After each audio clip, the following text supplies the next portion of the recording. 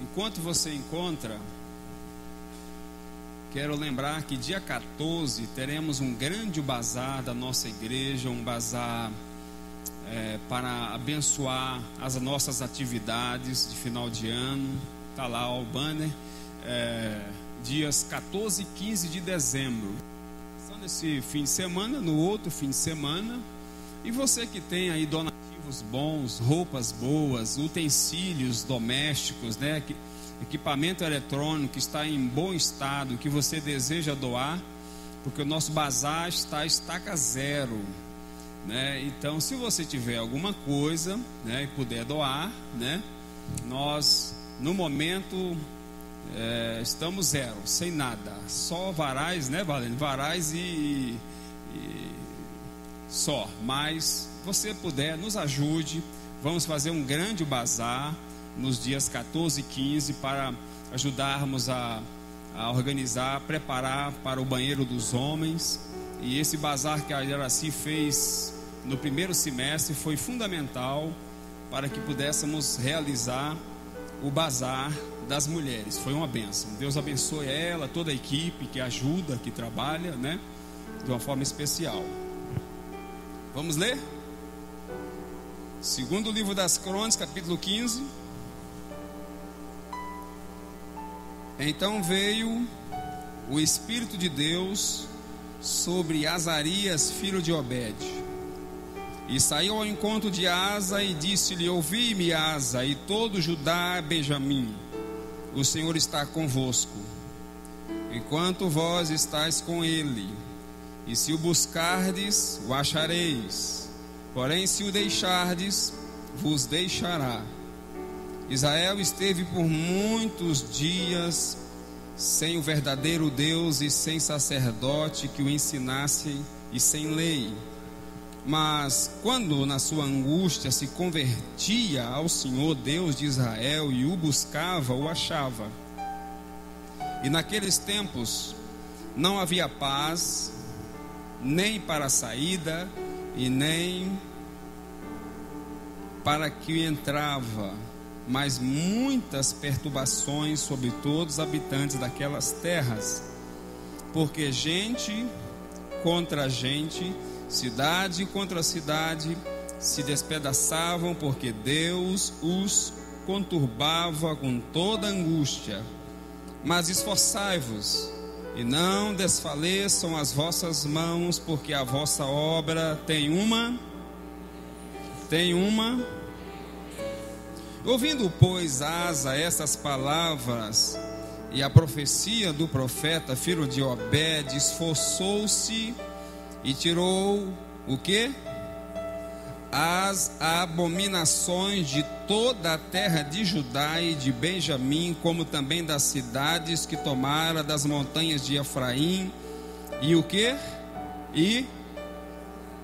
Aleluia, e o quê? E renovou o altar do Senhor que estava diante do pórtico do Senhor. E ajuntou todo Judá e Benjamim, e com eles os estrangeiros de Efraim, e Manassés e Simeão, porque de Israel vinham a ele em grande número, vendo que o Senhor seu Deus era com ele. Querido, amado, bondoso e fiel Deus, tome seu assento, por favor. Queridos irmãos, há umas 2 semanas Deus colocou no meu coração essa palavra e eu quero compartilhá-la, boa parte dela, com você. O texto que nós lemos traz a narrativa de um rei que, por curiosidade, só a título de curiosidade, tinha uma mãe chamada Maaca. Essa mãe, ela era também, com esse nome, a mãe de Absalão. Asa assume o reinado no momento de tribos divididas. Somente Saul, Salomão e Davi tiveram um reino unido, ou seja, eles reinaram com as 12 tribos de Israel, cuja capital era Samaria. Agora vem Asa com o reino dividido, com as tribos divididas, e com ele apenas as 2 tribos de Judá e de Benjamim, cuja capital era Jerusalém. Acontece que Maaca era uma mulher endemoniada que estava plantada no reino de Asa. E engraçado que o nome de Maaca significa no original opressão ou depressão. O nome dela já não dá boa dica, já não dá boa pista. Acontece que conforme nós lemos no texto, nós observamos que esse texto, ele nos mostra um período de grande tristeza. O povo estava afastado de Deus, estava distante de Deus, o povo estava seguindo ao seu bel prazer, e a vida deles consistia em estar afastados de Deus em todos os aspectos.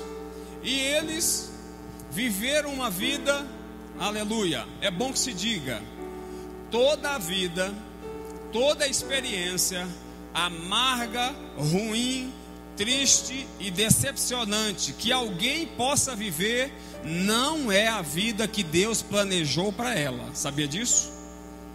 Deus, na sua infinita misericórdia e bondade, Ele nunca planejou para nós, para mim, para você, uma vida de sofrimento, uma vida de escravidão, uma vida de tristeza, porque Deus é essencialmente, um dos atributos de Deus é a bondade. E uma vez bom, Ele não pode querer, desejar ou fazer o mal a seu ninguém. E Deus, Ele queria ver o teu povo em boas situações, mas todas as vezes em que a igreja vai mal, todas as vezes em que o povo de Deus anda mal, relaciona-se mal com Deus, a igreja tende a sofrer, tende a perecer. Eu observo esse moço, Asa, ele reinou 41 anos em Judá. Desses 41 anos, 35 foram 35 anos de felicidade, de bonança, não tinha guerra, não tinha tribulação, não tinha nada que viesse tirar a paz, a alegria de Asa.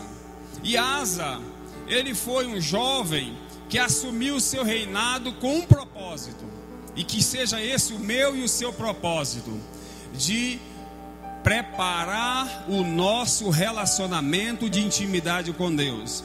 Israel já não tinha mais altares a Deus, os altares a Deus estavam todos desconstruídos, estavam todos arrebentados, estavam todos abandonados. E eu quero dizer que todo altar que estiver abandonado, que estiver bagunçado, que estiver sem a presença de Deus, esse altar tende a perecer. Seja ela a minha vida, seja ela a sua vida, se o altar estiver fora de ordem, se o altar estiver desconstruído, se o altar estiver fora da vontade de Deus, esse altar vai perecer. Essa igreja, essa vida, essa pessoa vai perecer. Não porque Deus vai fazer isso, mas é consequência do distanciamento com o nosso Deus.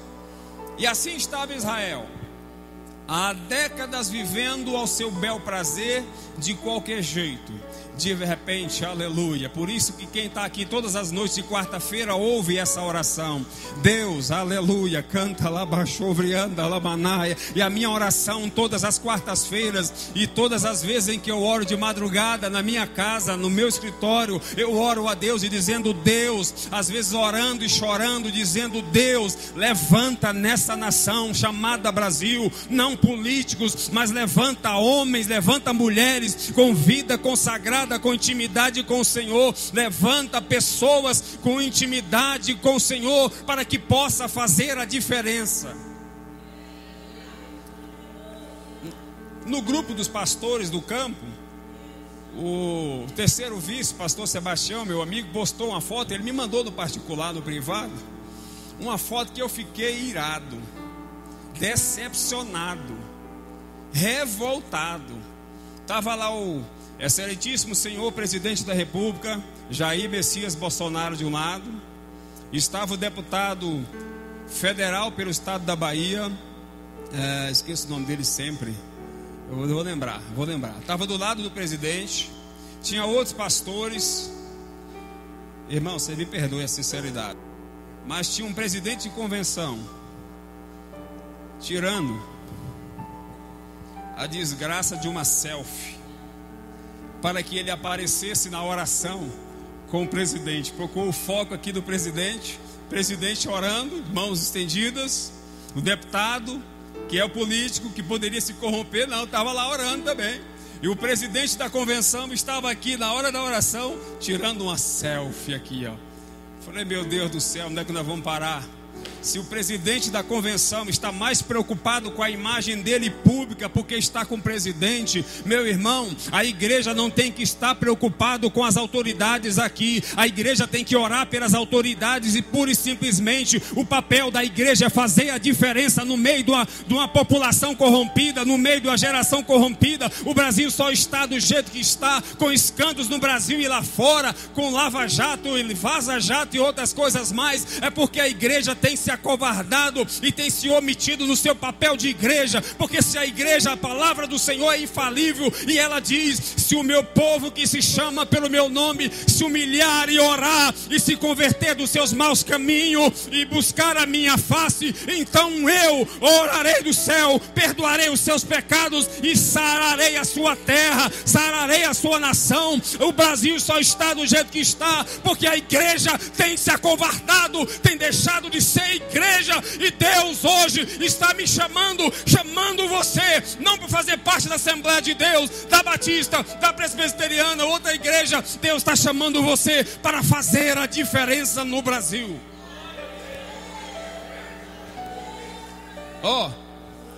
O diabo está pouco preocupado com isso aqui, CONAMAD, Convenção Nacional das Assembleias de Deus do Brasil.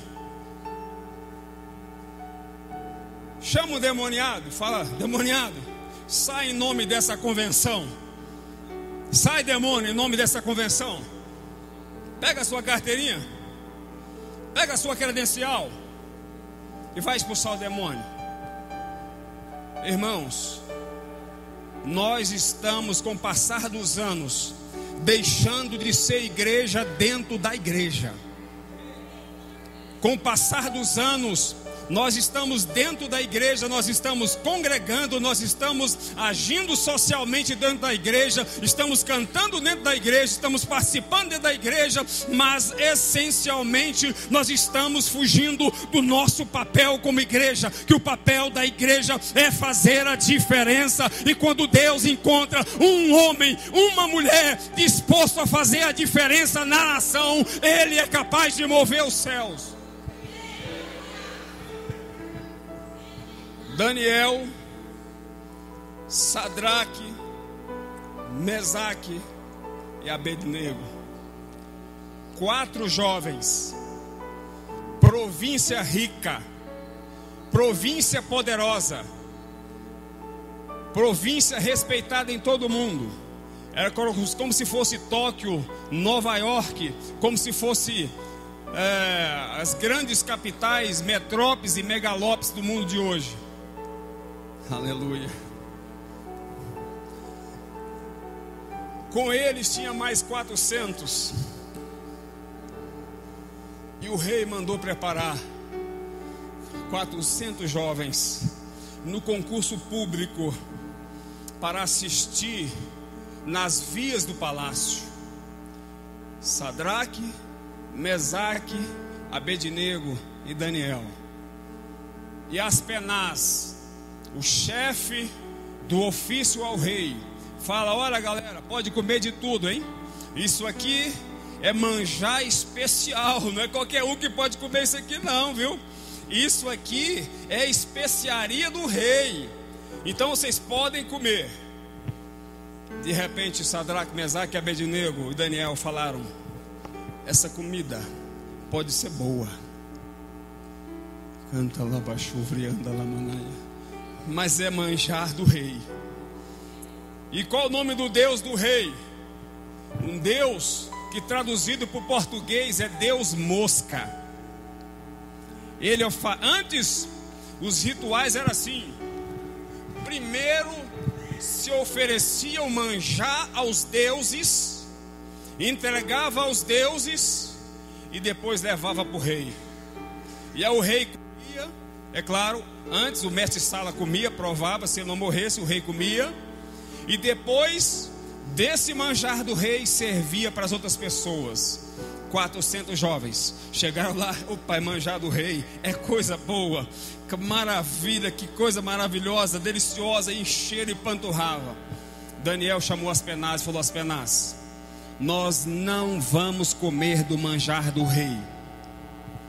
Nós nos propusemos em não se contaminar. Canta lá baixou, anda lá manaia.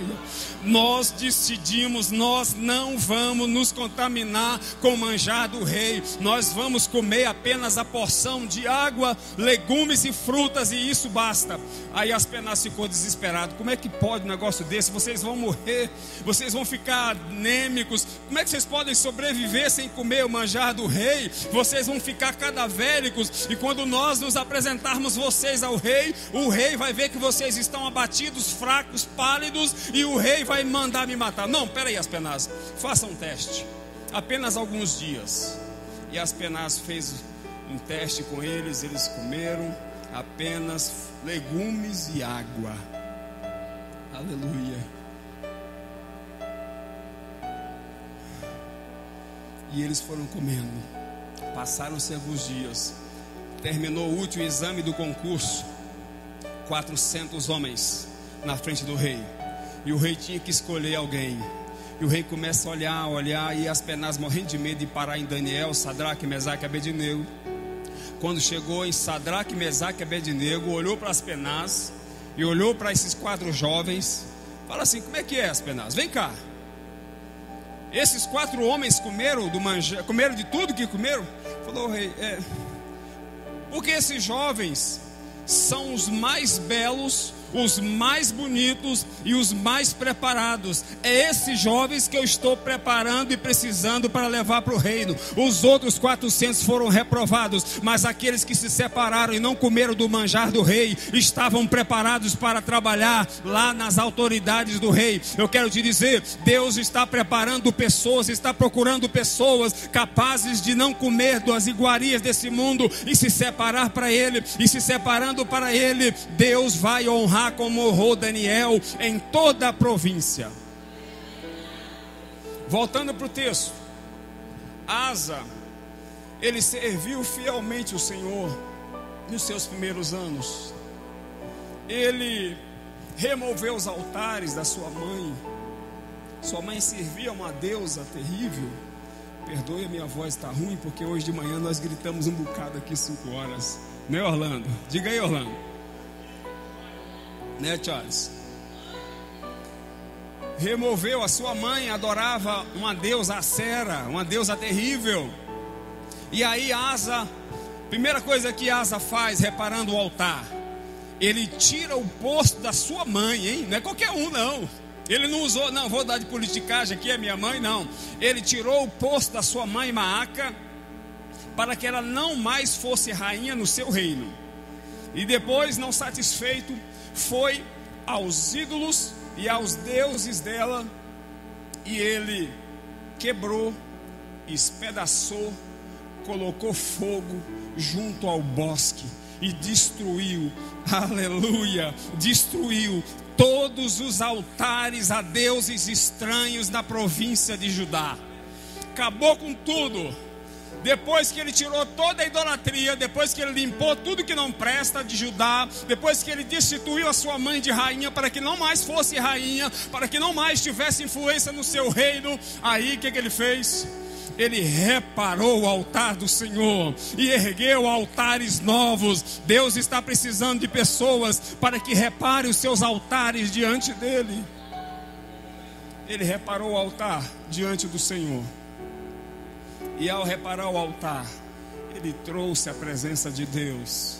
E a presença de Deus, canta lá, baixovrianda, lá, manaia, foi abençoando o reino de Asa. Os reis já não queriam mais brigar com ele. Uma vez, um insano, um etíope rei, resolveu levantar-se em guerra, em confronto contra ele, mas foi o único. Asa tinha 300.000 de infantaria. Esse poderoso rei tinha 1 milhão em infantaria e mais 300 carros de combate. Seria um massacre com Asa, mas Asa estava com a sua aliança renovada com Deus. Mas Asa tinha erguido o altar para o Senhor, mas Asa tinha destruído todos os postes ídolo que poderia contaminar o seu reinado. E esse rei veio contra ele, e na verdade Asa não precisou nem guerrear, porque o Deus de Israel se levantou na causa de Asa e derrubou aquela poderosa nação etíope, e mais de 1 milhão de soldados foram derrotados, foram vencidos, e Asa prevaleceu, porque a bênção do Senhor estava sobre ele. Asa foi um homem muito usado pelo Senhor, mas como toda a história tem seu início, meio e fim, no segundo momento de Asa, com 36 anos de reinado, ele comete insanos atos. Ele começa agora a não mais acreditar no Deus Todo-Poderoso. Sabe o que ele faz? Asa agora, o rei Baasa, rei de Israel, levanta uma guerra, um combate contra Asa. E Asa já havia vencido uma guerra invencível, e agora Asa estava com medo de um pequeno exército de Israel comandado por rei Baasa. E aí ele treme nas bases. O que ele faz? Crente, aprenda uma lição: nunca toque nas coisas consagradas ao Senhor, vai arrumar para a cabeça. Sabe o que ele faz? Vai nos tesouros da casa de Deus, pega ouro e prata, enche os carros e as carruagens, vai no tesouro pessoal do rei e monta uma grande caravana e entrega ao rei inimigo, ao rei Ciro, o rei Ben-Hadad, e diga: rei, desfaz o seu contrato com Israel, apoio a Israel, e vem me apoiar, e esses presentes seja seu. Ei, Asa pega as coisas consagradas ao Senhor e dá para o inimigo, e Deus vai anotando o seu livro, e ele vai deixando de confiar no Senhor. Faz aliança com Deus assírio, faz aliança com Ben-Hadad, e essa aliança foi a desgraça do reinado de Asa. Essa aliança foi a destruição para o reinado de Asa. Ei, crente, sabe por que muitas igrejas, muitos ministérios, muitas convenções por aí estão falidas e fadadas ao fracasso? Porque estão fazendo alianças com o inimigo, estão fazendo aliança com partido político, estão fazendo aliança com políticos, estão fazendo aliança com tantas pessoas, com tantos poderes, mas estão deixando o Deus Todo-Poderoso, e aí as alianças com essas pessoas vai fragilizando a igreja. E Asa agora comete essa insanidade, e Deus presta atenção à insanidade dele e fala: Asa, quando você guerreou contra aqueles etíopes com mais de 1 milhão de soldados, Asa, você não era João ninguém, você não ia conseguir, mas eu fui maioria com você, Asa, e você venceu. Agora vem Baasa, rei de Israel, contra você, e você amedronta e faz aliança com o inimigo, e ainda toca nos meus utensílios sagrados, edificados para louvor da minha glória. Você cometeu um grande erro, ó Asa. E aí acontece o quê? Asa começa agora a ter várias guerras. Todos os reinos pequenos se levantam contra Asa, começa a se criar contra Asa, começa a bater Asa, e a vida dele começa a estar vivendo em completa guerra, tribulação, loucura, começa a viver uma vida de destruição, uma vida de peste pelo seu reinado. Por fim, ele vive uma vida de maldição e morre. Diz o texto que aconteceu uma doença gravíssima nos seus pés. A Bíblia só dá esse relato, que ele pega e acontece uma doença muito grave nos seus pés. E mais 2 anos o rei Asa fica vegetando numa cama. E ao seu 41º ano ele vem a óbito, ele morre. E existe uma pergunta que não quer se calar. Um ponto de interrogação que vai desse teto até o chão. Em que parte de Asa você quer para a sua vida? Em que momento de Asa você quer para a sua vida? Momento de adoração ao Senhor? Momento de vida dedicada ao Senhor? Momento de vida entregue ao Senhor? Momento de vida autêntica com o Senhor? Ou um momento de afastamento do Senhor, ou momento em que você não mais confia plenamente no Senhor, ou momento em que você faz aliança com outros deuses, com outros pactos, com outras pessoas. A decisão não é minha. Pessoas que no passado eram colaboradoras, eram apoiadoras, que ajudavam, que participavam, que eram voluntários, que eram dispostos, pessoas que eram padrão de identidade com Deus, era referência. Quando se falava na pessoa A, na pessoa B, tinha que se respeitar, porque essa pessoa tinha intimidade com Deus. Hoje nós estamos vendo pessoas que as suas vidas estão se definhando. Essas pessoas, elas estão vivendo uma vida meramente religiosa. E religião não muda a vida de ninguém. Religião não salva ninguém. Mas vida íntima com Deus é que faz toda e total diferença. Estamos vivendo a palavra do Senhor em Marcos 5. Vai dizer para mim e para você: vós sois o quê?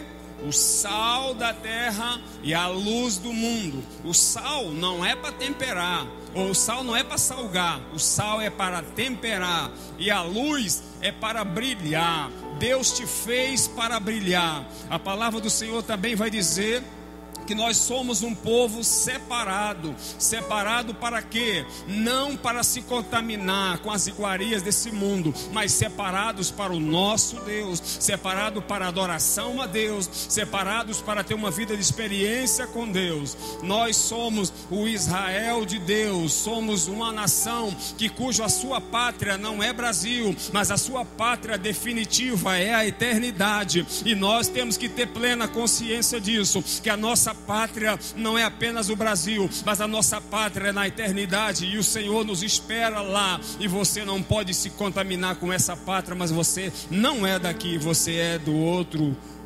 planeta, de outra esfera, de outra dimensão. E a palavra também vem dizer que eu e você, que nós somos a noiva de Cristo. E como noiva, toda noiva, cadê tá até olhando pela mão ali, né? Cadê a Carla? Mostra aí sua mão, a Carla. Aí, ó. Ela nem me deu um tchauzinho com a mão esquerda, mas com a mão direita. Mostra aí, Carla. Toda noiva tem uma aliança. E a Carla está noiva. E na próxima sexta ela vai casar, graças a Deus. Toda noiva tem uma aliança. E eu e você, como noiva de Cristo, nós temos uma aliança com Cristo.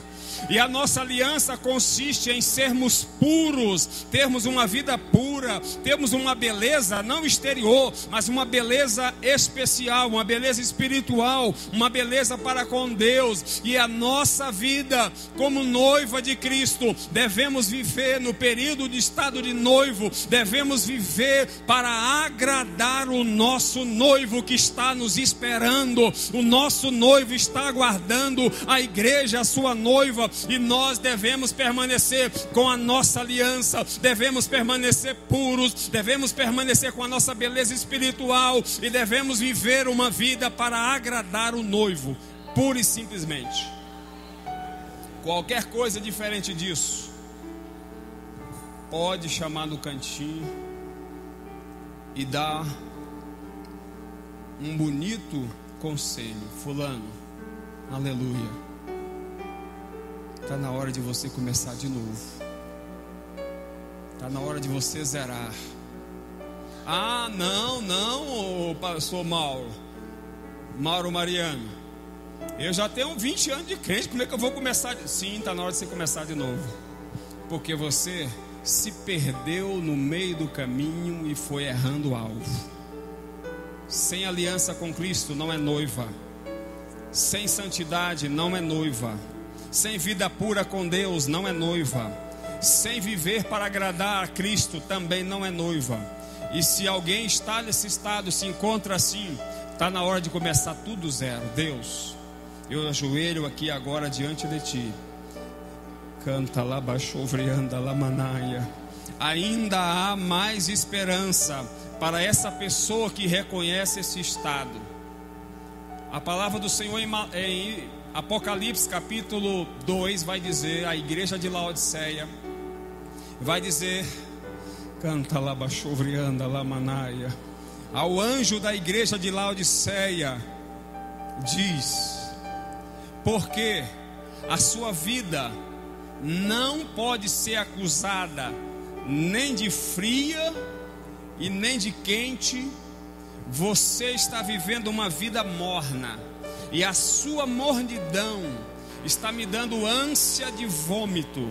A qualquer hora, essa relação sua comigo, que não pode ser quente, não é fria, mas é morna, a qualquer hora eu vou vomitar você da minha boca, porque não estou aguentando. Jesus não está dizendo isso para um clube, Jesus não estava dizendo isso para uma marca, Jesus não estava dizendo isso para uma pessoa qualquer. Jesus estava dizendo essas palavras para uma igreja que batia no peito e dizia que era igreja, batia no peito e dizia que era poderosa, dizia que tinha dinheiro, dizia que tinha os melhores colírios, dizia que tinha as melhores e as mais puras lãs. Mas Jesus diz para ela: você, Laodiceia, não sabe que você é pobre, miserável, cego e nu. Eu aconselho que de mim você compre ouro refinado e volte a viver uma vida de santidade. Coloque-se de pé, por favor. Meu irmão, de nada vale você permanecer, ficar, congregar, participar de uma igreja que você é apenas mais um religioso. De nada vale. Recomendo que você viva uma vida de autenticidade diante de Deus. Quero te dizer que eu te amo em Cristo Jesus, mas pelo fato de eu te amar, não me dá o direito de omitir as verdades bíblicas que eu tenho que te dizer. Eu te amo em Cristo Jesus, mas pelo fato de te amar, não me dá o direito de ser imparcial com você. Certo é certo, errado é errado. Não tem relativo, não tem meias verdades. Hoje em dia estamos vivendo um mundo em que é mais fácil viver as meias verdades. Estamos vivendo um mundo em que pregar aquilo que era certo está errado e aquilo que é errado está certo. Inversão de valores. Nós que estamos em Cristo Jesus vivemos o sim, sim e não, não. Fora disso é obra do maligno. Ou você é crente convertido em Cristo Jesus e a sua mente é de Cristo, o seu coração é de Cristo e seu corpo é de Cristo, a sua vida é de Cristo. tudo é dele, 99 não serve. Ou tudo é dele, ou não é dele. Está na hora de você tomar a sua decisão. Pastor, hoje eu vou tomar a minha decisão. Eu vou ser crente de verdade. Eu vou domar a minha língua. Eu vou domar os meus sentimentos. Eu não vou dizer aquilo que eu não tenho que dizer. Eu não vou pensar aquilo que eu não tenho que pensar. Eu não vou maquinar aquilo que eu não venho que maquinar. Isso não é obra de Deus, é obra do diabo. E dentro das igrejas o diabo está usando o crente para destruir a própria igreja. E dentro da igreja o diabo está usando os próprios crentes para separar as igrejas, para fragilizar a igreja, para desanimar a igreja. Estamos preocupados com tantas outras coisas efêmeras, mas não estamos preocupados com as coisas essenciais de Cristo. Semana passada aconteceu um fato. Desculpa manter você de pé, eu fiz de propósito. Você tem muito tempo que você está sentado e as suas pernas precisam circular o sangue. Estou preocupado com você, tá bom? Preocupado com você. Semana passada houve um fato intrigante. Eu até procurei meu bem aqui, mas ele estava correndo no meio da igreja e ele não pôde vir. Um jovem ousado, no meio do culto, pega a sua Bíblia e sai. E eu procurei alguém, um diácono, alguém para poder barrar aquele jovem. Diga para aquele jovem, por que ele está saindo com a Bíblia no meio do culto? Quem foi que autorizou ele sair com a Bíblia no meio do culto? E esse jovem sumiu. Aí o diácono não apareceu, ele saiu. Eu falei, que falta de reverência. Um jovem sair com a Bíblia no meio do culto e vai embora. Aleluia. Mas na verdade o jovem não tinha saído do meio do culto. O jovem saiu do meio do culto. E eu te pergunto, quando foi que você fez isso? Ele estava no culto, mas ele não encontrou um companheiro, um amigo dele da mocidade. E ele falou, fulano não veio para o culto hoje. E ele foi lá atrás. E no final do culto, aqui estava o jovem com outro jovem. O jovem que tinha ficado na casa dele, ele trouxe o jovem, sabe para quê? Para adorar o Senhor Jesus com ele. Ele não se confortou em apenas adorar ele ao Senhor, mas ele foi lá trazer mais um jovem que talvez estava desanimado, talvez estava abatido, talvez estava sem fazer nada, estava ocioso. Ele foi lá e trouxe o outro jovem e adorou o Senhor. E no final do culto eu dei um abraço no jovem e Deus falou comigo, tá vendo? Você deveria ter se segurado um pouco mais. Sabe como é que é o nome do santo? Daniel. Aquele rapaz ali de óculos, barbudo, cabeludo, bonito. Aquele jovem ali. E uma pergunta que não quer se calar: quando foi que você veio para o culto e reparou que a irmã fulano de tal não estava no culto e você foi lá na casa dela e trouxe ela para a igreja? Quando foi que você viu um irmão, notou a ausência do irmão e falou, pastor, fulano não está aqui, eu vou lá buscar ele para ele participar do culto também. Sabe-se lá o que está acontecendo com ele, eu vou lá dar uma injeção de ânimo, eu vou trazer ele para o culto para adorar o Senhor. Quando foi? Mas aquele jovem fez isso semana passada. Parabéns, viu, meu filho? Parabéns. Deus seja louvado pela sua vida. Oxalá que tenhamos mais jovens para fazer isso, mais mulheres para fazer isso, mais homens para fazer isso. Mas sabe o que acontece quando alguém não vem, pastor? Você viu por que o Charles não veio? O Charles está faltando 2 domingos, pastor. Está na hora do senhor puxar o terno dele. Está na hora do senhor botar ele na salmoura. Está na hora do senhor botar ele no vinagre. É isso, meu irmão. Falta 2 domingos. Falta 3 semanas. Pastor, eu acho que fulano desviou. Eu acho que fulano desviou porque não veio para a igreja. Você tem certeza? Pastor, a Márcia ficou 2 semanas sem vir para a igreja, né, Márcia? Mas não sabia o que estava acontecendo, né, Márcia? Eu acho que ela desviou, pastor. Eu acho que ela não está mais na igreja. Eu acho bom o senhor não dar mais oportunidade para ela.